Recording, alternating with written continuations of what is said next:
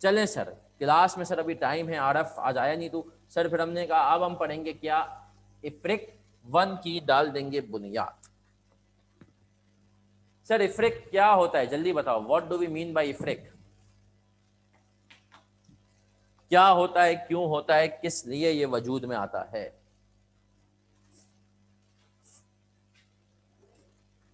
बताओ भाई, क्यों होता है, किस लिए ये वजूद में आता है IFRIC? Explanation of an existing IAS, बिल्कुल टीचर, पहले ये आता था किस नाम से, पढ़ चुके हम पहले, किस नाम से आता था? SIC, SIC32 पहले आई हुई है, वो SIC है। अब क्या आता है, इफ्रिक। इफ्रिक है सर, फुल फॉर्म क्या है इफ्रिक के?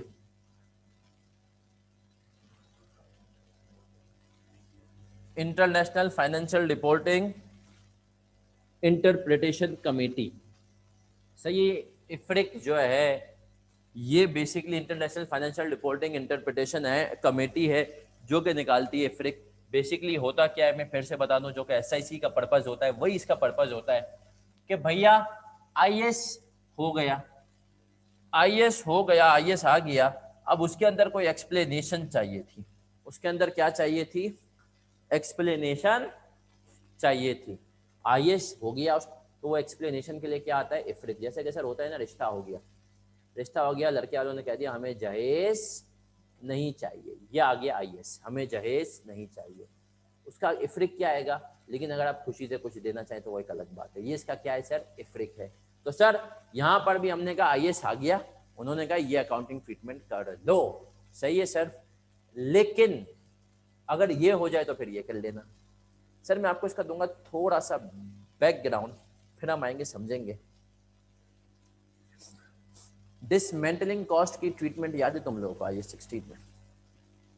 डिसमेंटलिंग कॉस्ट की ट्रीटमेंट याद है, जल्दी बताओ बच्चों। हाँ, क्या करते हैं?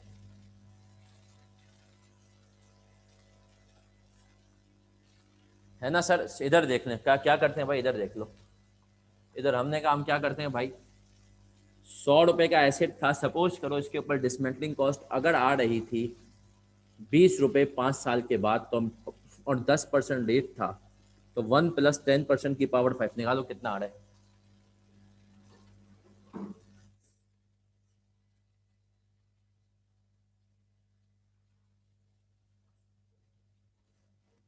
12.42 है ना सर। अब क्या होता है, 100 और 12.42 इतने पे हम एसेट रिकॉर्ड करते हैं 112.42 पे, 112.42 पे सर हम एसेट रिकॉर्ड करते हैं, एंट्री बनाते हैं, एसेट डेबिट 112.42, सूदी द्वारा क्रेडिट करते हैं 100, और प्रोविजन 12.42, ऐसा ही है सर। अब इफ्रिक 1 क्यों आया भाई, 1 इसलिए आया, इनिशियली कंपनीज ने कहा कि भाई ये हम क्या करते हैं, कैपिटलाइज कर देते हैं एसेट की कॉस्ट में, बढ़िया हो गया। बाद में इसके ऊपर सर जो इंटरेस्ट आता है वो कहाँ जाता है, पहले साल का इसके ऊपर इंटरेस्ट भी तो आएगा, वो भी मुझे बता दो कहाँ जाता है। P&L, इंटरेस्ट एक्सपेंस डेबिट करते हैं अनवाइंडिंग पे, और प्रोविजन क्या कर देते हैं, क्रेडिट कर देते हैं, यही ट्रीटमेंट है सर।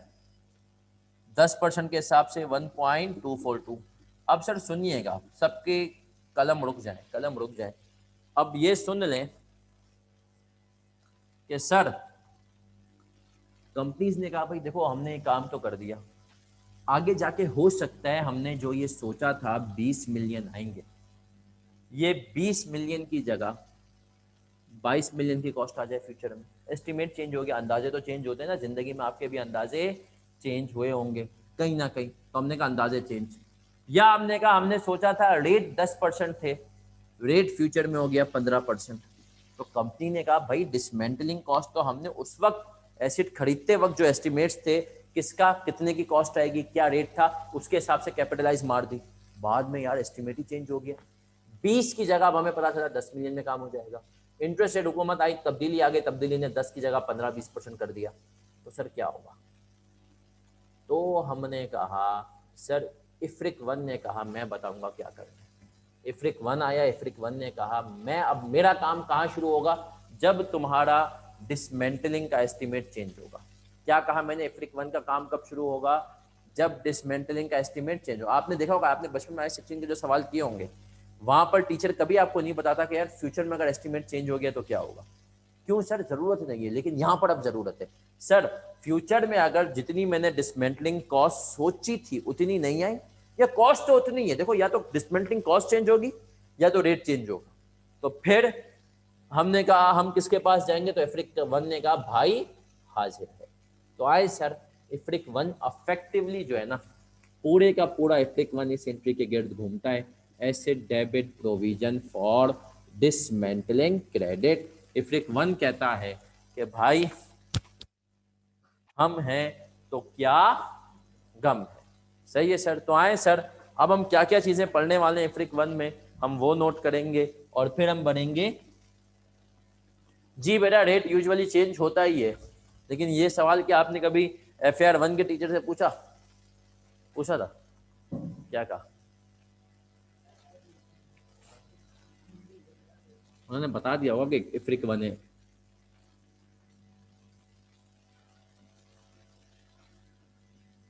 इफ्रिक 1 में क्या पढ़ने हैं वो लिखते जाएं।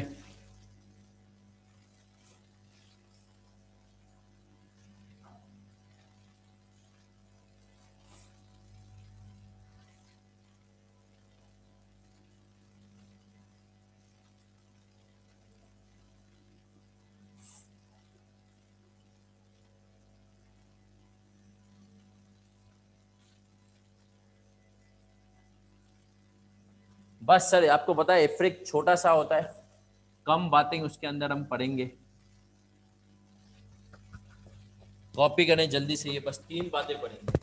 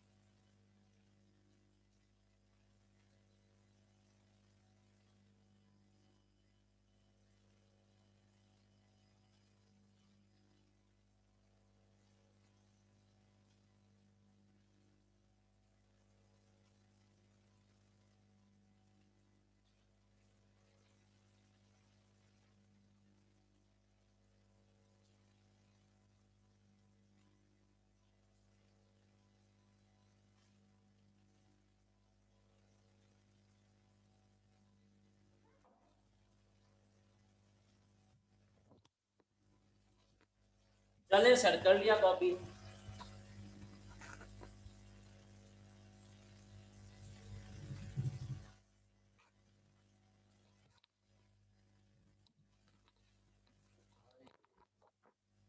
अच्छे लगते हैं मुझे वो बच्चे जो कहते हैं ना कि सर ये कॉन्सेप्ट मिस हो गया था, रिपीट कर दें प्लीज। वो एग्जांपल याद है ना तुम लोगों को, शादी वाली,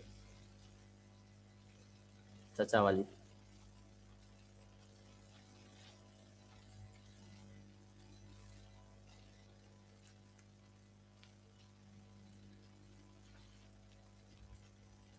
सही है सर।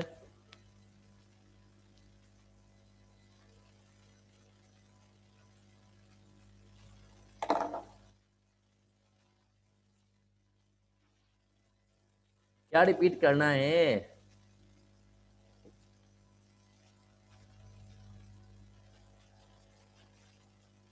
सर इफ्रिक का कॉन्सेप्ट यही है कि इफ्रिक आता है छोटी मोटी चीज के लिए, और ये इफ्रिक क्यों आया, इसने कहा भाई जो तुम एंट्री बनाते हो asset debit provision for dismantling credit, कल कला को फ्यूचर में अगर जो है फ्यूचर में इस एंट्री में चेंज आ जाए, डिसमेंटलिंग का जो तुमने सोचा हुआ था वैसा ना हो तो क्या हो, है ना सर। जिंदगी में आपने सोचा तो बहुत कुछ होता है ना सर, आपने क्या कुछ नहीं सोचा होता, है ना सर। आज मैंने एक बड़ी अच्छी वो बड़ी मीम कह लें या क्या उसको कहते हैं हम, कि बोला यार वो जो है ना इंस्टीट्यूट के जो डेस्क पे बैठा हुआ होता है वो सीए के इतने फायदे हमें बताता है, तो हम कभी उससे ये क्यों नहीं पूछते भाई तूने क्यों नहीं किया। सही है सर, पूछा था क्या बोला, तो बोले कि भाई आपने क्यों नहीं किया, ये बात तो सच है सर, वो आपको लंबी लंबी। तो सर आए सर आए, आगे बढ़ते, नहीं सर नहीं, आज नो शेयर वेट, हम तो बढ़ेंगे सर आगे। सी एंटर करा है ये बोले, बोले अच्छा फाइनल नहीं हुआ, नहीं सर आ जाए। सर मेरा एक तजुर्बा है, मैं कल एक टीचर से भी बात कर रहा था, मैंने उनको कहा देखें सर मेरा मानना ये है कि सीए पढ़ाने के लिए टीचर का या तो खुद सीए होना या कम से कम सीए बैकग्राउंड से होना, या सीए को पढ़ा पढ़ा के उसका इतना तजुर्बा हो कि वो सीए को समझ लिया, होना बहुत ज़रूरी है। वरना मैंने कहा सर किसी और बॉडी के अगर वो टीचर मतलब होगा ना, और वो तो उसके लिए ज़िंदगी बड़ी मसला हो जाती है। अगर वो मतलब सीए के जो खासतौर पे कोर सब्जेक्ट है, मैं बात बीएम वीएम की नहीं कर रहा, लॉ की नहीं कर रहा, इकोनॉमिक्स की भी नहीं कर रहा, अकाउंटिंग ऑडिटिंग, सही है, इनके लिए मैं कहता हूँ कि सर टीचर अगर खुद जो है ना उससे नहीं होना, सर ज़िंदगी बड़ी मुश्किल हो जाएगी टीचर की उसकी जो है ना। क्योंकि सर पॉइंट क्या है, एसीसीए मैंने भी पढ़ाया हुआ है, यकीन माने एसीसीए में जो है ना, आपको मैंने एफआरएस ऑपरेटिंग सेगमेंट कितनी 4 क्लासों में कराया, उनको 1 घंटे में करा देते, क्योंकि उनको पता होता है हमें छू के भागेगा वो, उनका उनका सबसे मुश्किल सवाल आपका सबसे आसान सवाल होता है। तो एसीसीए का सिलेबस याद रखेगा, कोई कहेंगे कि बच्चा बोले ना एसीसीए बहुत मुश्किल है, बोलना हाँ भाई मुश्किल है, ऐसा कोई वो नहीं है, लेकिन एक बात हमेशा याद रखना कि भाई एसीसीए मुश्किल है, सिलेबस वाइज बिल्कुल मुश्किल है, लेकिन जो पेपर आता है ना वो बड़ा हल्का आता है, सही है। सीए का जो पेपर है ना सर, क्योंकि वहां पर डिफाइन है सर, देखो उसने बच्चे को पढ़ा, उसने डिफाइन किया हुआ है कि ये टॉपिक कितने मार्क्स का आएगा तो आएगा। यहाँ पर इसने स्मार्ट काम ये किया, 6 टॉपिक डाल दिए, आ जाएंगे 50 नंबर के, अब पता कभी 2 दे रहा है कभी कोई और 2 दे रहा है, तो फिर ये एक मसला है। तो आए सर आए, अब हम पढ़ेंगे एफ्रिक 1। आप सबके पास ग्रुप में हैंड आउट मौजूद है, केएनएस में भी जो है अवेलेबल है इंशाल्लाह आज से, तो एफ्रिक 1 आप सबके पास मौजूद है ग्रुप में। देखें सर इसका हम पढ़ेंगे, बैकग्राउंड पढ़ेंगे, फिर हम इसको सर देखेंगे क्या होना है कैसे होना है। Background and issue. Many entities have obligations to dismantle, remove, and restore items of property, plant, and equipment. And in this interpretation, such obligations are referred to as decommissioning, restoration, or similar liabilities. Under IS 16 property, plant, and equipment, the cost of an item of property, plant, and equipment includes the initial estimate of the cost of dismantling and removing the item and restoring the site on which it is located, the obligation for which an entity incurs either when the item is acquired or as a consequence of having used the item during a particular period for purpose other than to produce inventories during the IS 37 contains requirements on how to measure decommissioning, restoration and similar liabilities. This interpretation provides, इसको underline करें, this interpretation provides guidance on how to account for effect of subsequent changes in the remeasurement of existing decommissioning, restoration and similar site. Scope पढ़ते हैं क्या कह रहा है। IFRIC 1 applies to changes in the measurement of any existing decommissioning, restoration or similar liability that is both recognized as part of the cost of an item of property, plant and equipment in accordance with IS 16, recognized as a liability in accordance with IS 37। सही है sir, इसने कहा ये उस transaction को, उस entry को delete वो क्या कहते हैं ट्रीट करेगा जिसका एक इम्पैक्ट से एसेट डेबिट हुआ होगा और दूसरे इम्पैक्ट से provision for dismantling restoration credit हुई होगी। ठीक है सर। फिर क्या करें, for example a decommissioning restoration और similar liability may exist for decommissioning a plant or rehabilitation, environmental change in extractive industries, or the removal of a equipment. Consensus पे हमारे changes in measurement of an existing decommissioning, restoration, and similar liability that result from change in the estimated timing or amount of inflow of resources embodying economic benefits required to settle the obligation, or a change in the discount rate are accounted for as detailed below. Asset measured using cost method or related asset using measured using revaluation method. अब sir इधर देख लें सब please, इधर देख लें। बहुत सारी बातें की इसने भाई, सिंपल सी एक बात कही। इसने कहा चेंज आएगा क्यों, या तो चेंज इन अमाउंट की वजह से या तो चेंज इन रेट की वजह से। आए सर, एक चार्ट बना रहे हैं, उसको आपने कर लेना है कॉपी। एक चार्ट बना रहे हैं, उसको आप सबने कर लेना है copy.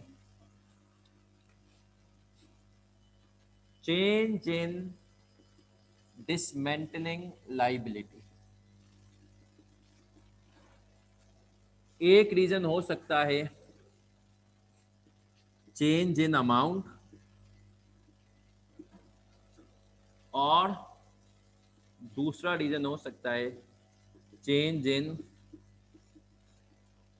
Discount rate.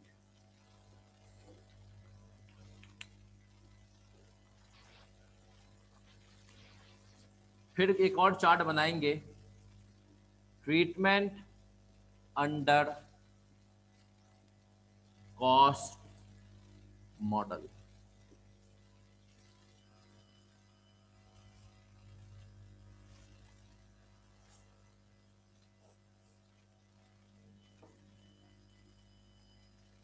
Increase in liability,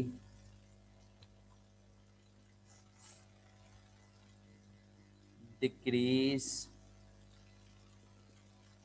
in liability. Increase in liability होती है तो एंट्री बनती है PP debit provision for dismantling credit.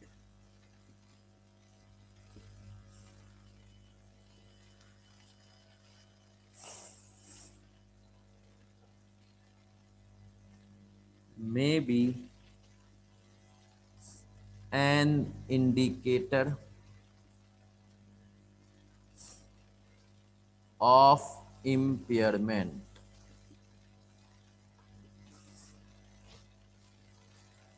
और अगर डिक्रीज इन लाइबिलिटी होती है तो क्या होता है, provision for dismantling debit PP credit, और हमने कहा पीएनएल क्रेडिट।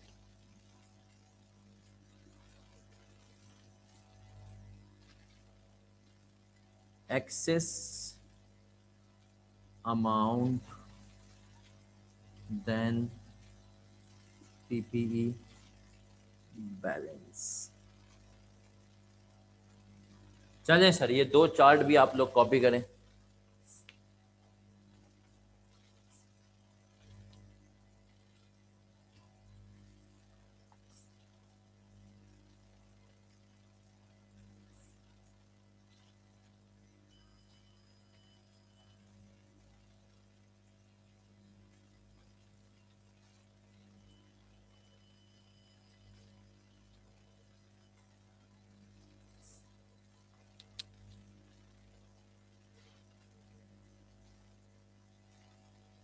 नहीं बेटा, कंटिन्यू बोला IS-37 के हिसाब से इसको करेंगे।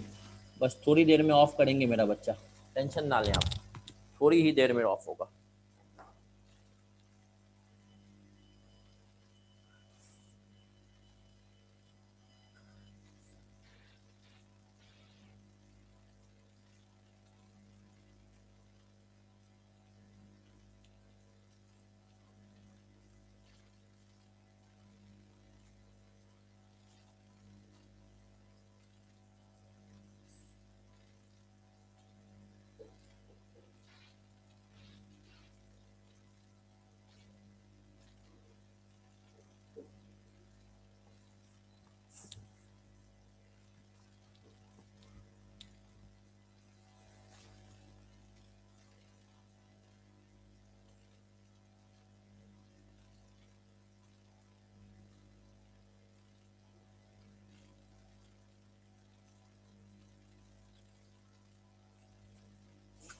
चलें सर, आ जाए।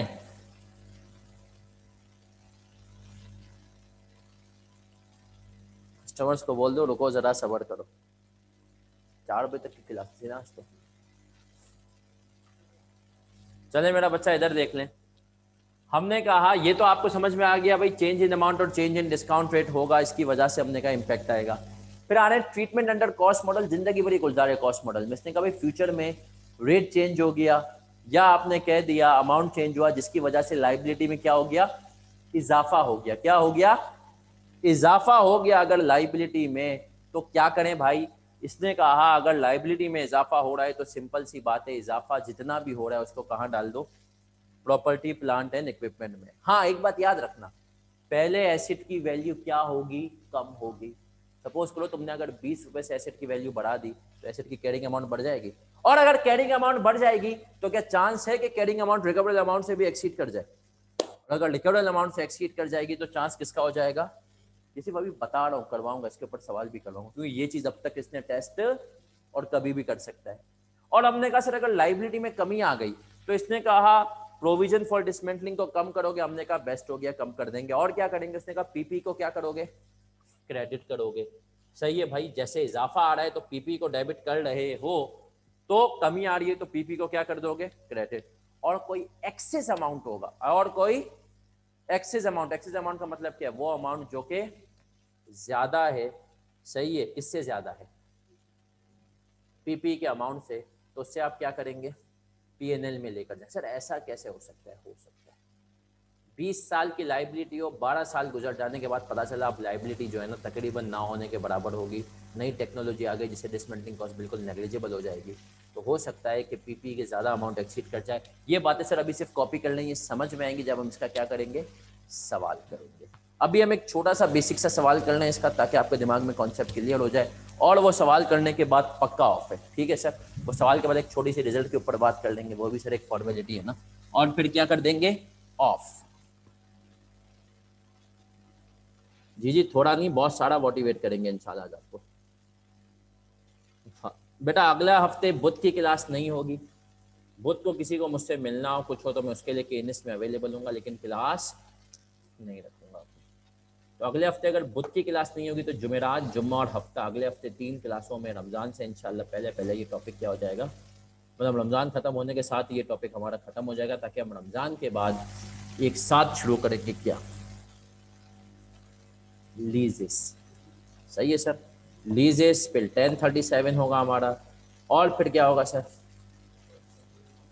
फिर हमने कहा कंसोलिडेशन, फिर IAS 8, IAS 12 और फाइनल अकाउंट्स। सही है सर। बेटा वेडनेसडे को नहीं होगी, अब थर्सडे को होगी डायरेक्ट। सर आखिरी जुम्मा है सर, आखिरी जुम्मा पढ़ के आप फारिग हो जाएंगे, 3 बजे क्लास रखेंगे। नहीं यार, आखिरी जुम्मा पे आ गया अगला, या अल्लाह क्या हो रहा है ज़िंदगी और रमज़ान, देखें हम। चले सर, एक सवाल आप सबके पास आ रहा है, वायलेट पावर लिमिटेड है। जो बच्चे यहाँ पर और उनके पास मोबाइल में अगर नहीं है तो वो बच्चे चाहें तो यासीन भाई के पास ये हैंड आउट होगा, उनसे ले सकते हैं। बाकी आप हजरात भी जब चाहें, परसों तरसों, कल नहीं आएगा, कल वैसे ही कोई शायद ना हो, परसों तरसों आप आके हैंड आउट ले सकते हैं। क्वेश्चन नंबर 1 पढ़ लें, Violet Power Limited. Violet Power Limited is running a coal based power project in Afghanistan. Company has built its plant in an area which contains large reserves of coal. Company has signed a 20-साल agreement for sale of power to government. The period of agreement covers a significant portion of the useful life of the plant. Company is liable to restore the site by dismantling and removing the plant and associated facilities on the expiry of the agreement. फिर क्या कह रहा है sir, Following relevant information is available. Plant commenced its production on 1 July 2015. It is the policy of the company to measure the related costs using cost model. ठीक है. Initial cost of the plant was 6570 million, including erection, installation and borrowing cost. सब कुछ मिला के 6570 थी, but does not include any decommissioning cost. Residual value of the plant is 320 million. फिर क्या कह रहा है, initial estimate of the amount required for dismantling of the plant at the time of installation of the plant was 780 million. However, such an estimate was reviewed as of 30 June 2016 and was revised to 1021 million. The company uses CD Lakir method of depreciation and risk-free rate prevailing in the market was 8% per annum, whereas initial estimates of decommissioning costs were made. However, at the end of the year, such rate was dropped to 6%. Sir दो काम हो रहे हैं, क्या काम हो रहे हैं? अमाउंट भी बढ़ रहा है और रेट भी चेंज हो रहा है. सही है सर. तो हमने कहा दोनों काम करेंगे, लेकिन अभी आपने दोनों काम की टेंशन नहीं लेनी. अभी मैं चाहूंगा कि इस सवाल को आप एक दफा फिर से पढ़ें. इस सवाल को आप सब एक दफा फिर से पढ़ें अच्छे से. बस 10 मिनट का सवाल है ये. रिक्वायरमेंट भी पढ़े.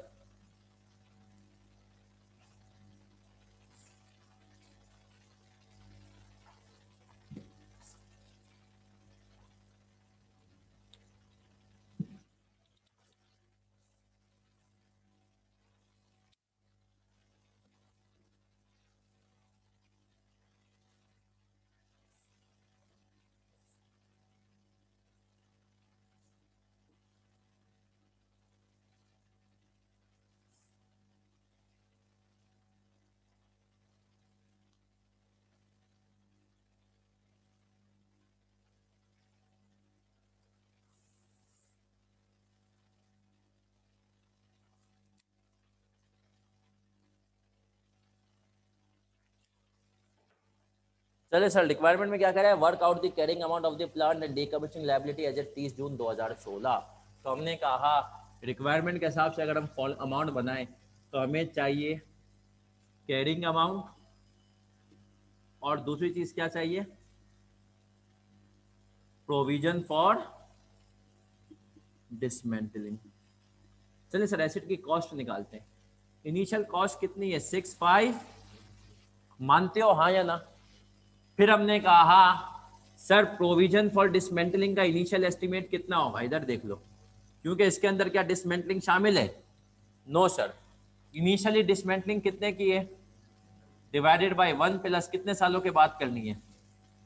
20. पावर कितनी लूंगा? और 1 प्लस रेट कितना है? 8%. और पावर आ गई 20 साल. बताओ कितनी आ गई लाइबिलिटी?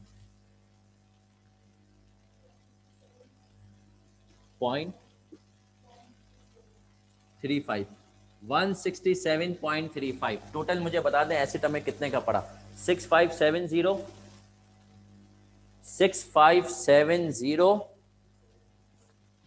प्लस 167 कितना पड़ा भाई?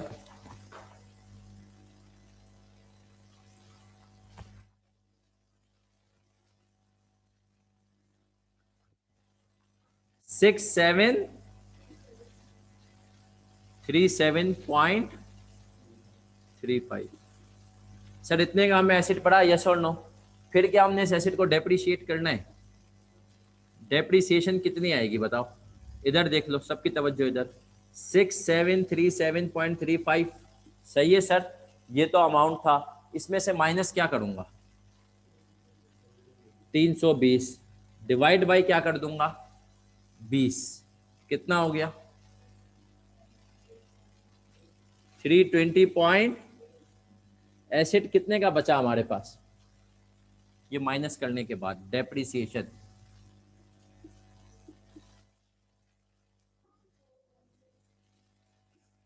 6416.48. अब इधर देख लो भाई, सबकी तवज्जो इधर, सबकी. सर मैं इसकी एंट्रीज भी बना रहा हूं. 1 जुलाई 15 क्या एंट्री बनेगी? PP debit 6737 point. सूदी दारा कितने से क्रेडिट? और हमने कहा provision 67.35. Are we clear sir? फिर हमने कहा हम आए 31 दिसंबर को, नहीं 30 जून, 30 जून 16 को. सबकी तवज्जो इधर, कॉपी कोई भी नहीं. डेप्रिसिएशन चार्ज की. Depreciation expense debit, accumulated depreciation credit कितने से भाई? 320 पॉइंट. ऐसा ही है सर. 320.87 से हमने कहा ये एंट्री हमने बना दी.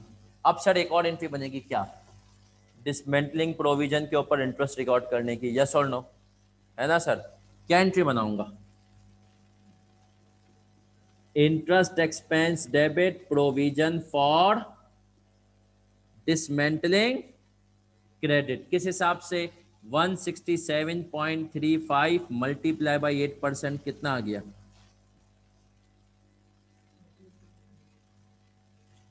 13.38। अब सर इधर देख लें प्लीज, इधर देख लें,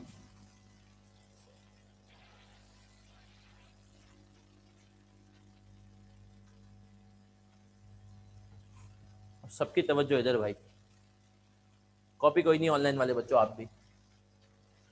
अब हमने कहा सर लाइबिलिटी चेंज हो रही है, लाइबिलिटी क्या हो रही है, चेंज। अब हमने कहा चेंज इन लाइबिलिटी हम कंप्यूट कर लें भाई, इधर देखना है, चेंज इन लाइबिलिटी हो रहा है कंप्यूट, और वो कंप्यूट कैसे होगा, वो ऐसे होगा, रिवाइज्ड लाइबिलिटी की आपको वैल्यू निकालनी है, रिवाइज्ड लाइबिलिटी ऑन 30/6/2016, 2016 पे रिवाइज लाइबिलिटी। आप सबकी तवज्जो इधर, कॉपी कोई नहीं करेगा। मुझे बताओ सवाल के लिहाज से लाइबिलिटी का रिवाइज्ड अमाउंट कितना हो गया, बेटा मैं बोर्ड की पिक्चर भेज दूंगा, 1021, रिवाइज अमाउंट कितना है सर, 1021 डिवाइडेड बाय, अब नया रेट कितना है, 1 प्लस, सबकी तवज्जो इधर, कॉपी कोई नहीं करेगा प्लीज। सर मैं पावर में 19 साल दूंगा या 20 साल, पावर में यहाँ पे 19 आएगा या 20, ऑनलाइन वालों जल्दी बताओ। सर 19 साल आएगा, क्यों 19 आएगा, क्योंकि सर 20 तो एक साल पहले थे, 1 जुलाई 15 को, अब कितने बचे हैं, 19। सर अब मुझे आप जरा रिवाइज लाइबिलिटी बताने कितनी है, यहाँ पे लिख लेते हैं, 337.45। अब आपने कहा सर एग्जिस्टिंग लाइबिलिटी कितनी थी मेरे पास, वो भी आ जाएगी, एग्जिस्टिंग लाइबिलिटी कितनी थी, 167.35 तो थी, लेकिन सर उसके ऊपर एक साल का इंटरेस्ट भी तो चढ़ गया था, कितना हो गया 13.38। तो जरा बताओ बताओ कितनी हुई,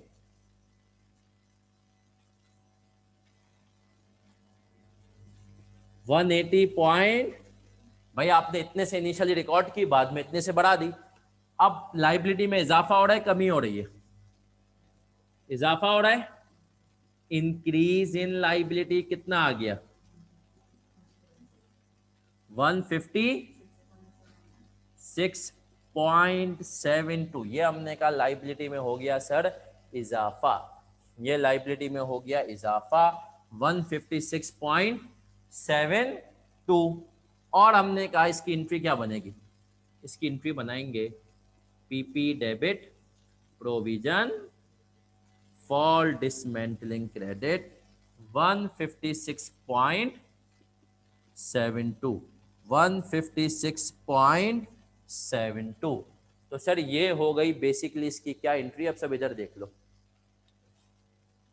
इंक्रीज इन लाइबिलिटी की वजह से आपने रखा, बताया कि भाई इजाफा कितना हो गया 156.72।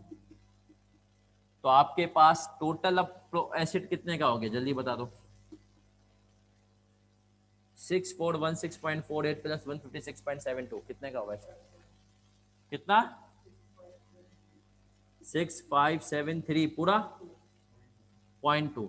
और प्रोविजन फॉर डिसमेंटलिंग कितनी होगी, ये जो अभी आपने रिवाइज निकाली है, कितनी रिवाइज निकाली है, बस सर ये हो गया सवाल 337.4।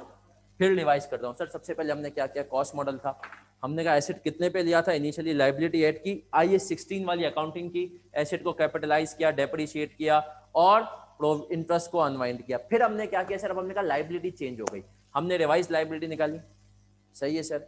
उस रिवाइज लाइबिलिटी को देखा कितनी आई और हमने एग्जिस्टिंग लाइबिलिटी निकाली कि लाइबिलिटी शुरू वाली इतनी थी, इसमें इतना इजाफा हुआ, जो इंक्रीज आया तो हमें रूल पता है, अगर इंक्रीज आएगा तो IAS क्या कहता है, कहाँ डाल दो, एसेट की कॉस्ट में डाल दो, कैरिंग अमाउंट बढ़ा दो। पीपी डेबिट किया, प्रोविजन फॉर डिसमेंटलिंग क्या कर दी, क्रेडिट कर दी। और हमने सर जब पीपी डेबिट किया तो ये उसकी वैल्यू आ गई और ये प्रोविजन फॉर डिसमेंटलिंग की वैल्यू आ गई, और ये हो गया हमारा सवाल।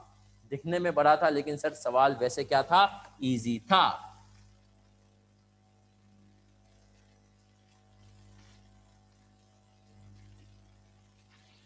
बेटा इंटरेस्ट तो चार्ज करेंगे ही ना। नहीं बेटा, रिवाइज का इंटरेस्ट अब अगले साल निकलेगा, ये तो हमने काम ही 30 जून को किया है। रिवाइज लाइबिलिटी के ऊपर अब अगले साल से इंटरेस्ट अनवाइंड होगा। और सर IAS 16 के हिसाब से ये वाली इंटरेस्ट की एंट्री तो पार्क होगी ही होगी। डिसमेंटलिंग कॉस्ट का जो इंटरेस्ट होता है वो हर साल क्या होता है, अनवाइंड होता है। लाइबिलिटी रिकॉर्ड 167 पे की थी और हमने कहा था अल्टीमेटली हमें लगता था 780 पे पे करनी होगी, तो हर साल हम उसको इंटरेस्ट से बढ़ाते जाते तो वो 780 होती।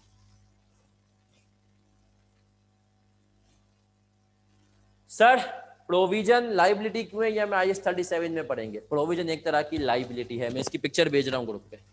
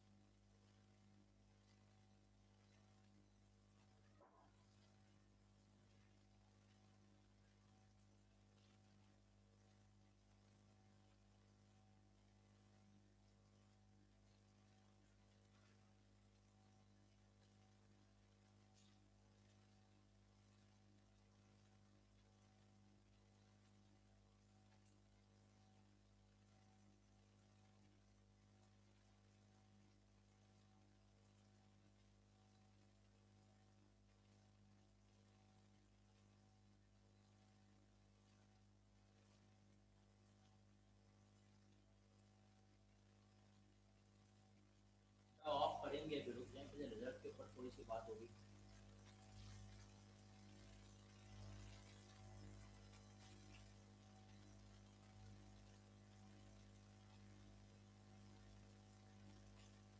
बेटा प्रोविजन बढ़ती है तो चंदा इंटरेस्ट एक्सपेंस ही डेबिट होता है। लाइबिलिटी हमने कहा आज की थी, उसको हम 20 साल बाद पे करेंगे, तो हर साल जो आएगा उसके अंदर इंटरेस्ट का इम्पैक्ट आएगा। प्रोविजन फॉर डिसमेंटलिंग का सर एक कॉन्सेप्ट होता है हमारा, जो कि हम FAR 1 में पढ़ते हैं, याद है सर? सही है, डिसमेंटलिंग कॉस्ट को कैपिटलाइज करते हैं एसिड कॉस्ट में, हर साल उसको जो है वो करते हैं। तो मेरे स्टूडेंट को याद है कि मैंने इनको उस टाइम पे वहाँ पे करवाया था इसके टूल में, जब हम IAS 16 की बेसिक्स पढ़ते हैं। सही है सर, तो ये वही वाली कॉन्सेप्ट है, और कुछ बच्चों ने तो ये IE में भी पढ़ा हुआ है।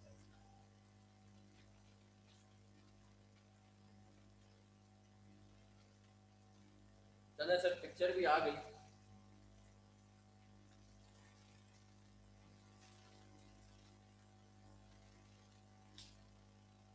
मुबारक हो, ICAP ने भी वो कर दिया, फाइनल के एग्जाम जो है टाइम पे होंगे लेकिन ऑनलाइन।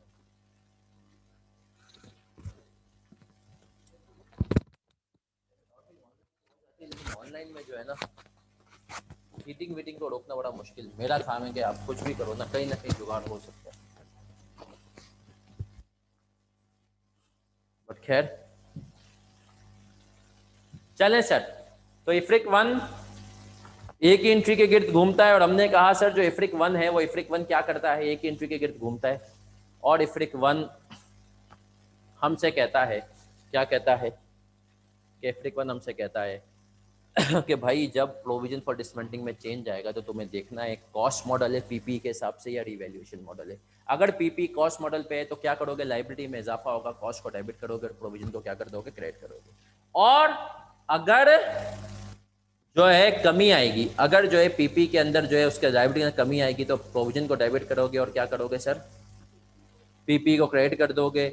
और अगर कुछ एक्सेस अमाउंट हुआ तो वो पीएनएल में भी जाएगा, जो हम बाद में देखेंगे। अभी हमने देखा कि लाइबिलिटी में इजाफा हुआ तो हमने सिर्फ एक एंट्री बनाई, PP debit provision for dismantling credit. बाकी सर ये पूरे का पूरा क्या है, IAS 16। किसी भी बच्चे को जो है कोई मसला और रिजल्ट से रिलेटेड या मतलब क्या कहते हैं इसके प्रोविजन वाली चीज़ मुझसे बाद में व्हाट्सएप पे पूछ सकता है मेरा बच्चा। तो सर बेसिकली ये तो हो गया हमारा कोर्स। अब 5 मिनट की बात करूंगा रिजल्ट से रिलेटेड कि सर जो रिजल्ट आ रहा है ये हर दफ़ा आता है और एक रिजल्ट आपके करियर पे कोई खास फर्क नहीं डाल सकता। अल्टीमेट ऑब्जेक्टिव आपको क्या होना चाहिए, क्लियर। आज मैं माशाल्लाह ऐसे हज़ारों, मतलब शायद चलो हज़ार ज़्यादा 100 लोगों को तो जानता ही होगा जो सीए में उन्होंने बुरी तरह स्ट्रगल किया। ऐसे लोग मेरे पास कम से कम रेडी 10 से 12 लोग हैं जिन्होंने 12-12, 14-14 साल में सीए किया। लेकिन आज माशाल्लाह बोलते हैं ना कि वो एक, मैं हमेशा इसकी छोटी सी एग्जांपल देता हूँ कि सर ये बात है 2007-8 की, जब मैं पहली दफ़ा गया था आउट ऑफ कराची, मतलब आउट ऑफ सिंध कह लें, आउट ऑफ सिंध में पहली दफ़ा गया था 7-8 की रायबन। तो सर वो इज्तिमा था और इज्तिमा के बाद जो है ना, इज्तिमा में एक बीच में बहुत बड़ा जो है ना एक नाला सा था, उसके ऊपर कूदना था। मैं थोड़ा अनकंफर्टेबल फील हुआ, मैंने कहा कि यार ये मिट्टी विट्टी भी है। और बिल्कुल मैंने कहा ना कि मैं वो बच्चा था कि मतलब बर्गर नहीं था, लेकिन मैं यार जाहिर सी बात है मुझे कंफर्ट चाहिए होता था अपना।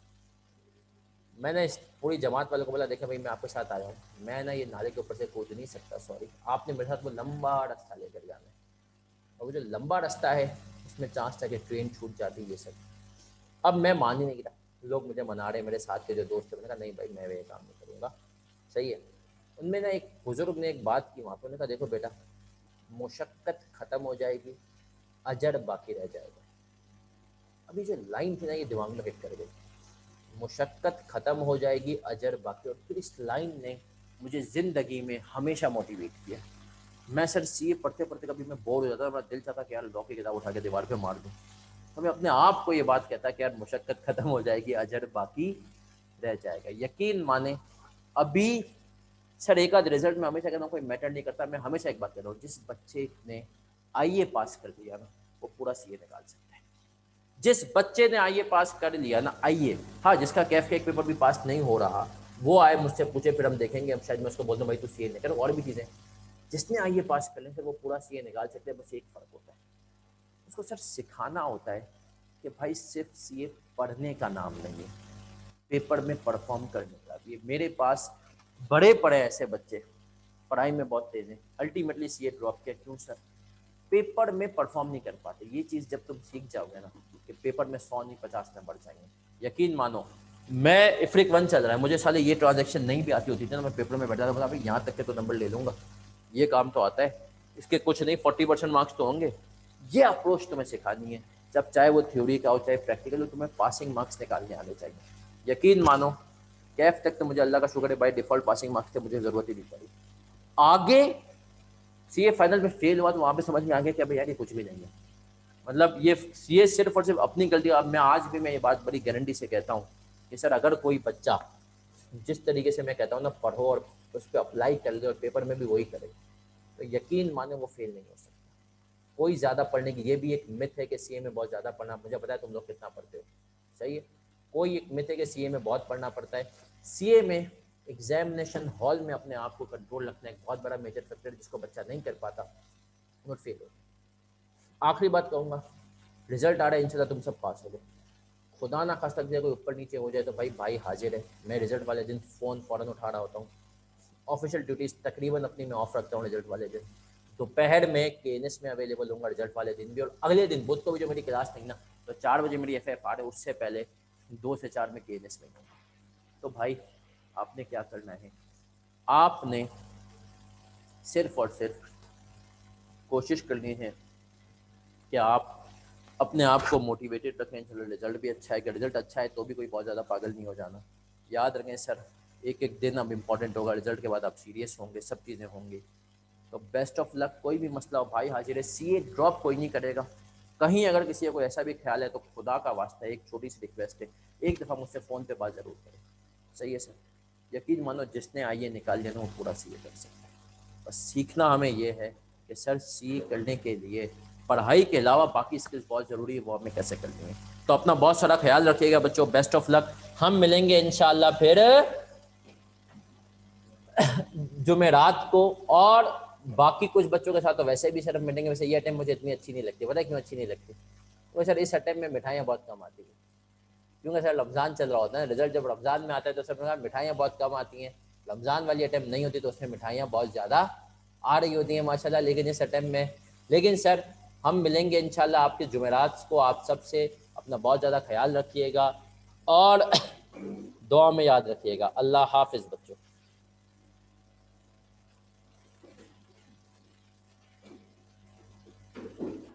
नहीं बेटा, डेप्रेशन राजू भाई, डेप्रेशन में चेंज नहीं आएगा।